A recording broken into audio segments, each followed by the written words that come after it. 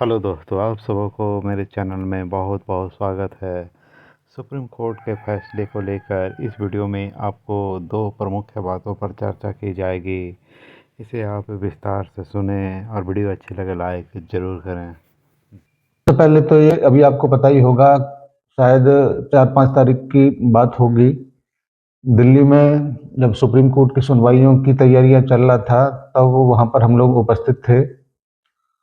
समय मिलने पर मंडल कार्यालय में पहुंचकर सीआरसीएस के जो अधिकारीगण हैं, जो पोर्टल पर आपके आवेदन को एक्सेप्ट या रिजेक्ट जो कर रहे हैं, उनसे वार्ता करने का मौका मिला और कुछ चीज़ें समझने का भी मौका मिला।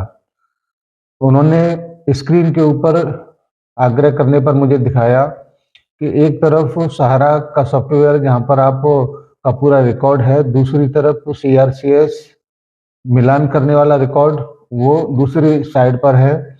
जितनी भी कमियां उसमें हैं वो सीआरसीएस की साइड पर रेड मार्किंग करके आ रहा है, और जैसे जैसे सुधार होता जाता है तो वो ग्रीन होता चला जाता है या ब्लैक होता चला जाता है।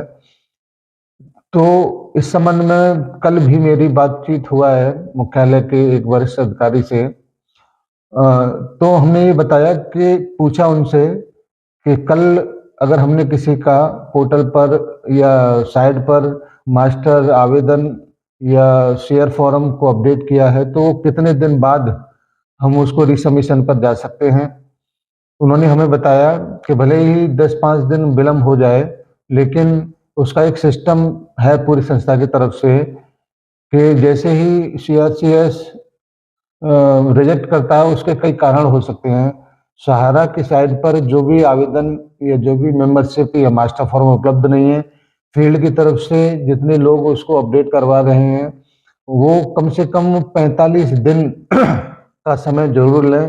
45 दिन से पहले रिसबमिशन न करें, क्योंकि कम से कम 1 महीने का टाइम लगता है सहारा को सीआरसीएस के पास अपना डेटा पहुंचाने में, जो मेंबरशिप या मास्टर फॉर्म जो उपलब्ध हो रहे हैं फील्ड के माध्यम से या किसी भी संसाधन के माध्यम से, तो 1 महीने के लगभग का टाइम लग रहा है वहाँ पे पहुंचाने में। 1 महीने के बाद जब वो उस पर कार्रवाई होती है तो 15-20 दिन के लगभग का टाइम और लग जाता है, यानी कि 45 से 50 दिन का टाइम उसमें लग रहा है।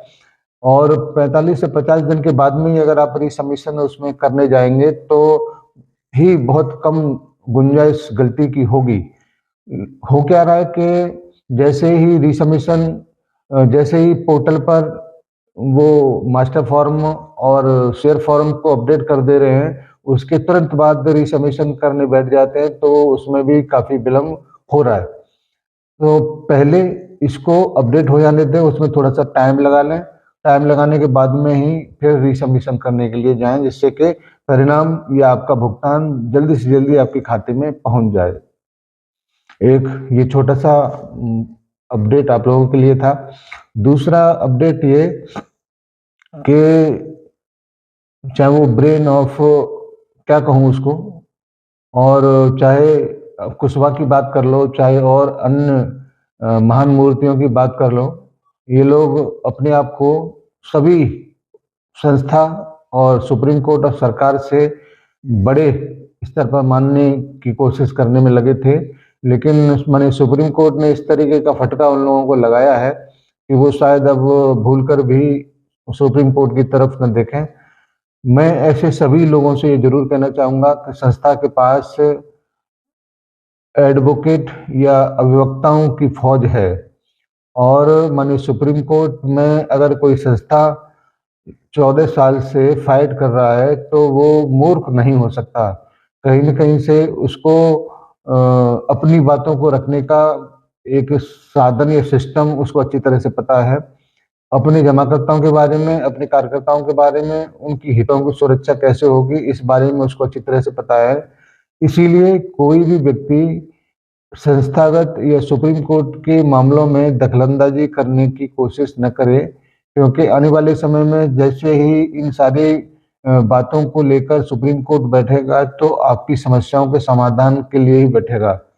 बहुत सारे लोग ये सोचते हैं कि इस रास्ते न सही उस रास्ते चला जाए तो शायद कुछ समाधान निकलेगा, लेकिन सुप्रीम कोर्ट उन सभी रास्तों को बंद करते हुए केवल एक ही प्लेटफॉर्म पर जाके सबको खड़ा करने की कोशिश में है कि कोई भी व्यक्ति ये न सोचे कि हमारा समाधान नहीं हुआ, वहीं से एक जगह से समाधान करने की कोशिश है। इसी वजह से सुप्रीम कोर्ट ने तमाम मामलों को रोकने के लिए एक आदेश भी जारी किया हुआ है कि सहारा के भुगतान को लेकर किसी भी प्लेटफॉर्म पर कोई सुनवाई नहीं होगी।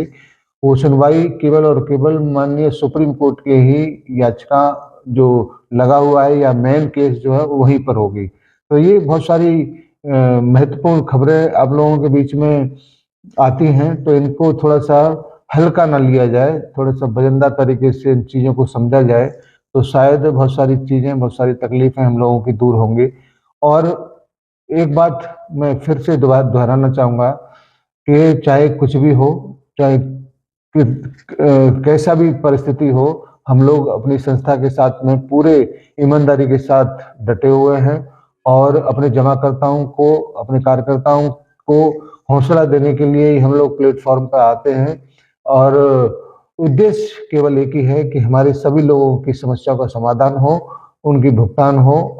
सहारनपुर परिवार भुगतान के लिए भी प्रतिबद्ध है, केवल सुप्रीम कोर्ट के आदेश, सुप्रीम कोर्ट की जो गाइडलाइंस है उसका वेट किया जा रहा है और निश्चित रूप से ऐसा लगता है कि 25 तारीख अवकाश, शीतकालीन अवकाश से पहले आपके लिए जरूर कोई ना कोई खुशखबरी आएगी।